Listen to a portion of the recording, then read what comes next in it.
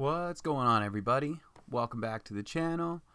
Today I'm going to go over the recession or the coming recession and the question of whether we are going to actually go lower and how much lower we could go. I know I haven't made a video for a while. I've been kind of sitting on the sidelines mainly because I've just been focusing on other things. I've been tutoring. I've been working on like an online course, and I've been just doing some other stuff, and I've been working full time, so I haven't had a lot of time to trade, or like I have been trading, but just like small things here. I'm going to make another video after this and talk about a few stocks that I'm actually watching and I think are going to be really good buys in the next coming weeks. Talk about some of the stocks that I've been trading and like just kind of some of my thought processes, but this video is going to be more talking about the recession and like what the likeliness of us going into a deeper recession and how long that might last. And then let's talk about crypto and go over that, because I know I've kind of, I told you guys a long time ago my thoughts of crypto. If you guys watched the video, I know I haven't been updating as the market's been kind of crashing, but it's because I told you my scenario back in those videos, and although I was bullish at the time, I said that if these levels, certain levels don't hold, specifically 3200 in Ethereum, because I'm more of an Ethereum based trader than I am a Bitcoin based trader, I was much more bearish after that break of 3200. So I'm still holding pretty much everything, but that's only because I believe in the long term asset class as a whole. So let's go over that in a little bit, but right now let's talk about this article. Just came out July 1st. Happy Canada Day to all my Canadians out there. I had a good time, had a nice barbecue there with some friends, saw some fireworks, had some good times. But now we're gonna start to get a little serious about this market, and let's really question how much more down we can go, and also how much likely that actually is. How likely that actually is. So this article's written by Barbara Kohlmeyer. It's written because Michael Burry, the guy who was behind the Big Short, he's kind of a notorious short trader in the US for predicting big crashes and kind of big, huge kind of swings in the stock market, generally to the downside. He kind of calls out the Fed for like high inflation or for over kind of stimulating the housing market, and kind of all of these kind of markets in which they've used policies like quantitative easing to kind of highly inflate and kind of allow a lot of these companies to borrow way too much money and to buy a lot of assets on borrowed money that they could never pay back if they weren't able to make money from it, or if the market crashed suddenly, they would be basically forced to margin call on millions if not billions of dollars in the housing markets and equities markets. So these are things that he kind of goes over. That's just very brief kind of breakdown for you, so you can kind of get a sense, because I don't want to go through all the mumbo jumbo and jargon. I know that's kind of confusing for most people, so let's just go over the overall kind of bigger picture stuff, which he breaks down in this article. So it's a good article to kind of go over. It just says blink and you'll miss market missive tweets doled out sparingly from Michael Burry, the investor who rose to fame after correctly predicting the collapse of the U.S. market. So talking about back in 2008, because he had called, that was, I watched the documentary of The Big Short. He had basically said that in 2008 the market was going to crash because of the inflated housing market, and he was basically spot on. So he had been making earlier calls back last year about this time that this was a similar event happening in kind of all the asset classes, not just in like crypto, but also in like the equities, the bond markets, or not the bond markets, but the kind of a lot of the equities markets and the crypto markets, and a lot of these kind of NFTs, and just kind of like all of the classes in housing. Everything was just getting so inflated that it was just kind of pointing to a fact that we were going to have some sort of pullback, or at worst a crash. So that's what he was kind of saying there in 2008, and it happened, and he was saying that last year, and now we're starting to see kind of it play out what he was saying, but now he's going to say that he thinks it's going to get worse. So he basically said that adjusted for inflation in this year 2022, the first half, the S&P is down 500, or the S&P 500 is down 25 to 26%, and the Nasdaq is down 34 to 35%, whereas Bitcoin saw 64 to 65% declines. This was multiple compression. Next up, earnings compression.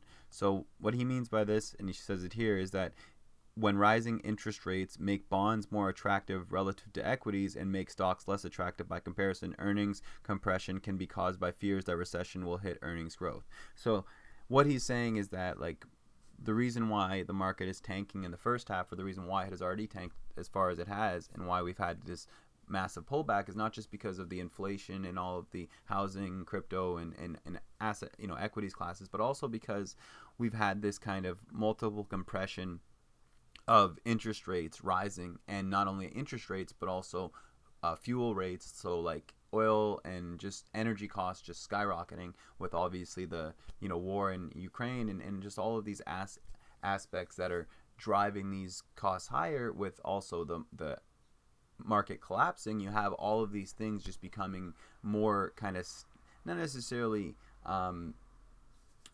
inflated, but they're just becoming more desirable, because obviously if you need oil, and those stocks are going to be the ones that are going to become kind of the safe havens for people when the market's declining. Like, I've been holding my oil stocks for the last couple of years, even when they were down, because I knew that like we were still reliant on an oil-based infrastructure. I don't want to agree with that. I don't necessarily want to support that, but I understand that it is the reality. So I invest in like EV stocks. I invest in clean energy stocks. I invest in like oat milk companies, like people that are trying to make the more sustainable future possible. But I am also going to put my money in places where I can hedge against collapse. And then I use a gas powered car. I use gas when I go to work. We use gas. So it's like I'm using these things in my daily life. I can't act as a hypocrite and act like I'm not using them. And then so there's a lot of people that want to like hate on oil, and I understand why, but it's also something that we need to live with. So we need to either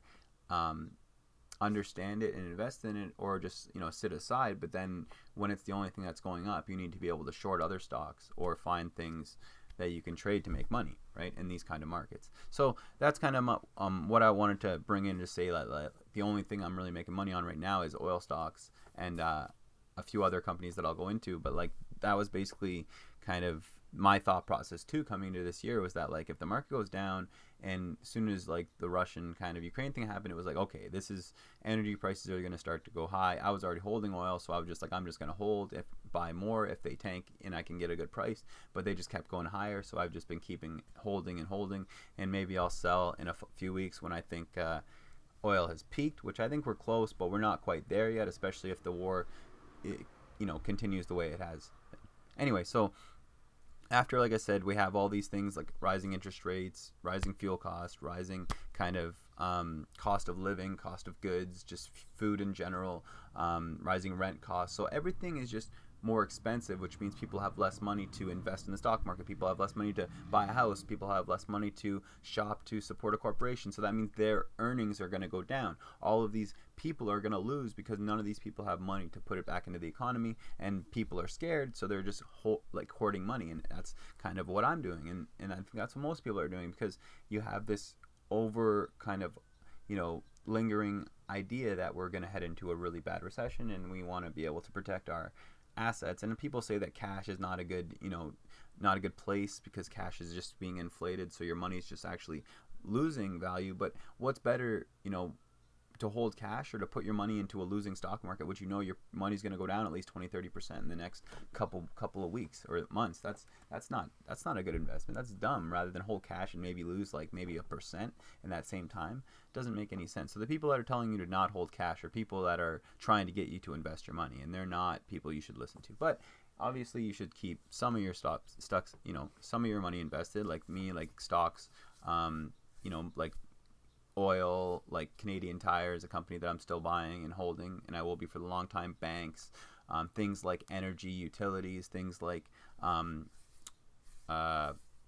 internet providers, services. So I'll go into one that I really like in a little bit. But anyway, let's finish this article here talking about why Michael Burry thinks that we're only halfway there, right? So when he said that after these multiple compressions, and now we're going to see the earnings compressions, when all of these things then impact the potential earnings, that all of these companies will kind of lose or decrease their ability to make money, because nobody wants to spend money. So this is a reason why we're more than likely halfway there, as he says, right? So his next up, earnings compression. So maybe we're halfway there. So he predicts maybe the NASDAQ, or the S&P is down 50% at its worst. That's going to be the stop, and then it'll reverse, right? So 50% from the top, so 480 down to, we'll say 240. Right, 250 to be So 250, so that would mean we'd be down another 120, 125 points from now, right?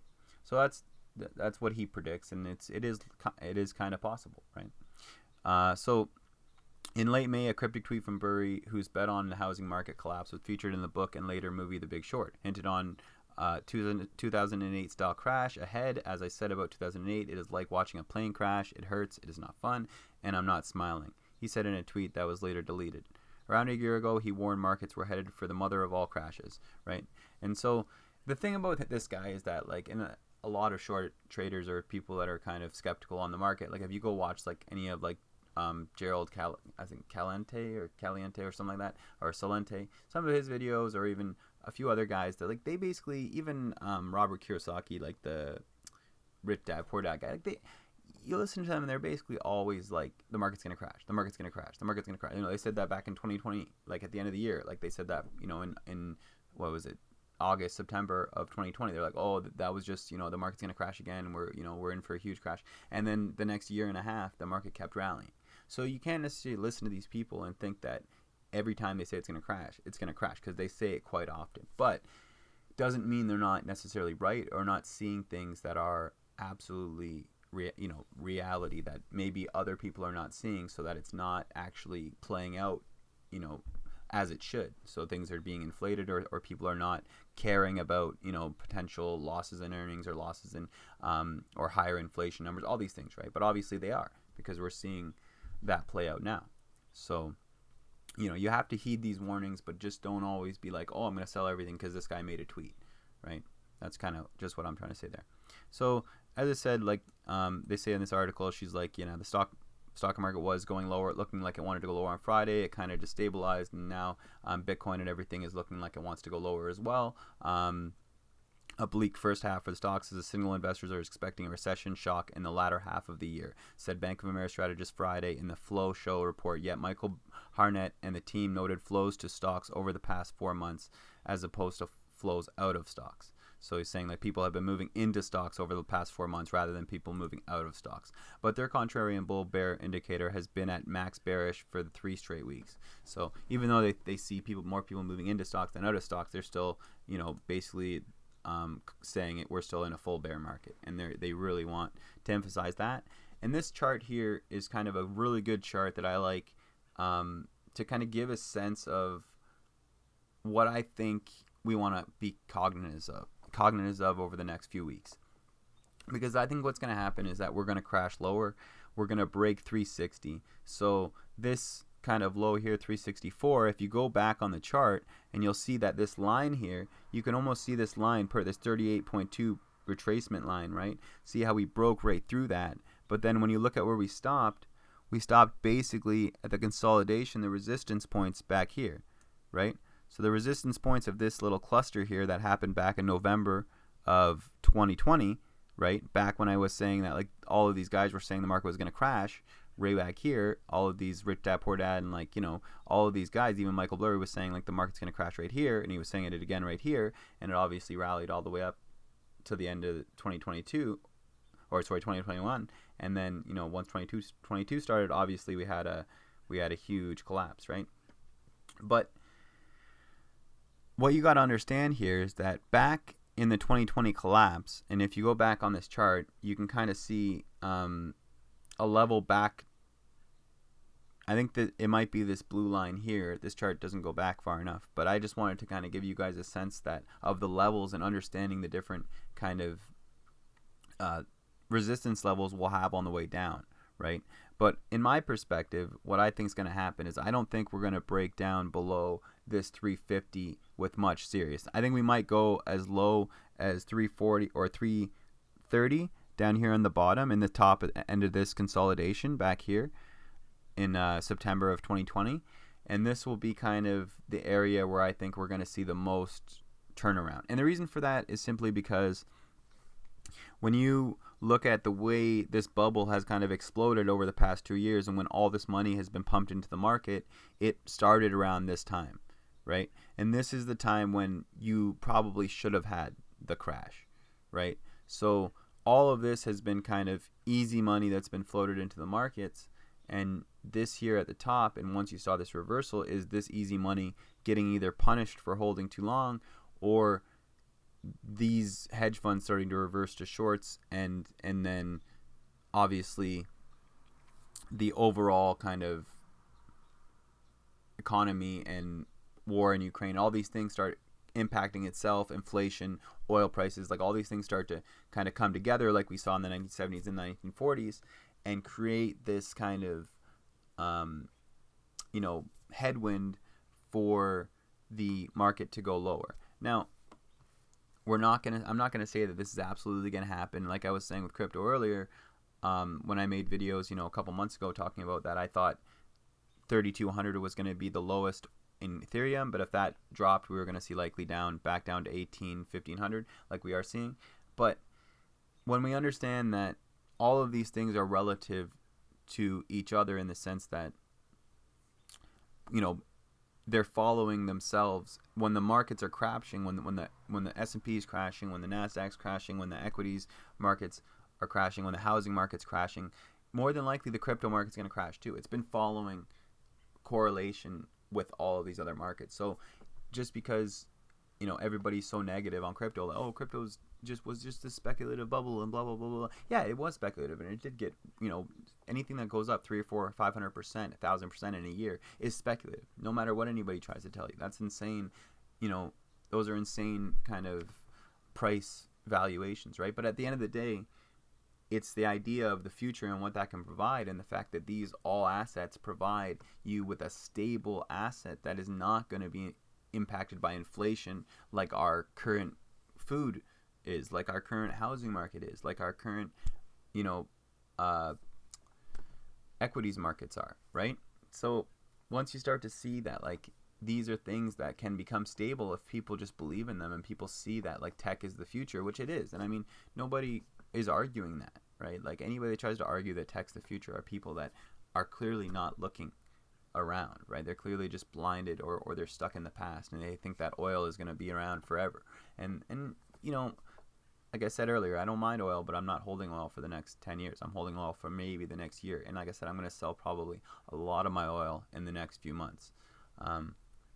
But what I think is going to happen here is we're going to break through 360 in the next coming weeks. Probably we might have a little bit of a rally just over the next week, from July 4th and all that, kind of like, because we had a little bit of a down day, or at least, it looks like we're going to go down. We might have a little bit of a rally Monday or Tuesday, or Tuesday or Wednesday, because the markets close Monday, at least in the US. And then the rest of the week, and I think over the rest of July, we're going to see a big down move, and then all the way down to this 330 level and 340. And that's going to be where I'm going to be buying. And I'm going to be stepping into buying. And if you watch the next video that I put after this one, I'm going to talk about the stocks that I'm more than likely going to be buying when the stock market hits this 340 level. And I didn't even draw this chart, just so you know. Like, I just found this chart online. So somebody else has already put in all these levels and done all this work, right? So, and I think it's Yvonne Bryan 9, published on TradingView, right? So he published this over the weekend, and it just, when I looked at it, I was like, this is exactly my thought process too. Right? Just looking at these consolidation levels, looking at these support and resistance levels, and just thinking that right now we're kind of at that level of like breaking down from this channel, which was the big channel that happened in the summer of last year, right? So once this channel got broken in the summer of last year, you had a massive up rally. And to me, what's happening right now is this channel is getting broken to the downside, which means you're going to have a massive down rally. And my thought process is somewhere around this 330 level, like I said. And if you go back and look at the top of the or the bottom of the pandemic, it's going to be around that same level, if not a little lower, which is why I think that we probably bottom out around there, 320, 330, and I don't think we're going much lower. Now, according to Michael Burry, he thinks we're going all the way down to 250, which, like I said, is not much lower than 320, really. It's only 70 points, and I mean, it is quite lower when you think about like the overall how far the market goes down. But really, I think we're going to see support coming in if the market goes down below 340 and 330 and towards 300 at least. You're going to have huge support and a huge rally. So even if it goes down to 250, it might happen in the next 2 years or so, and it might happen gradually. But I think if you hit down to these levels of 340 where this blue line is, and anywhere below it for like a day or two, you're going to have a massive rally to the upside, at least back to the top of this channel of 380, right? And then maybe you'll have a crash down, but I think that'll be a huge buying opportunity for people to just wait for 340 to hit and just to jump in for a huge like relief rally, right?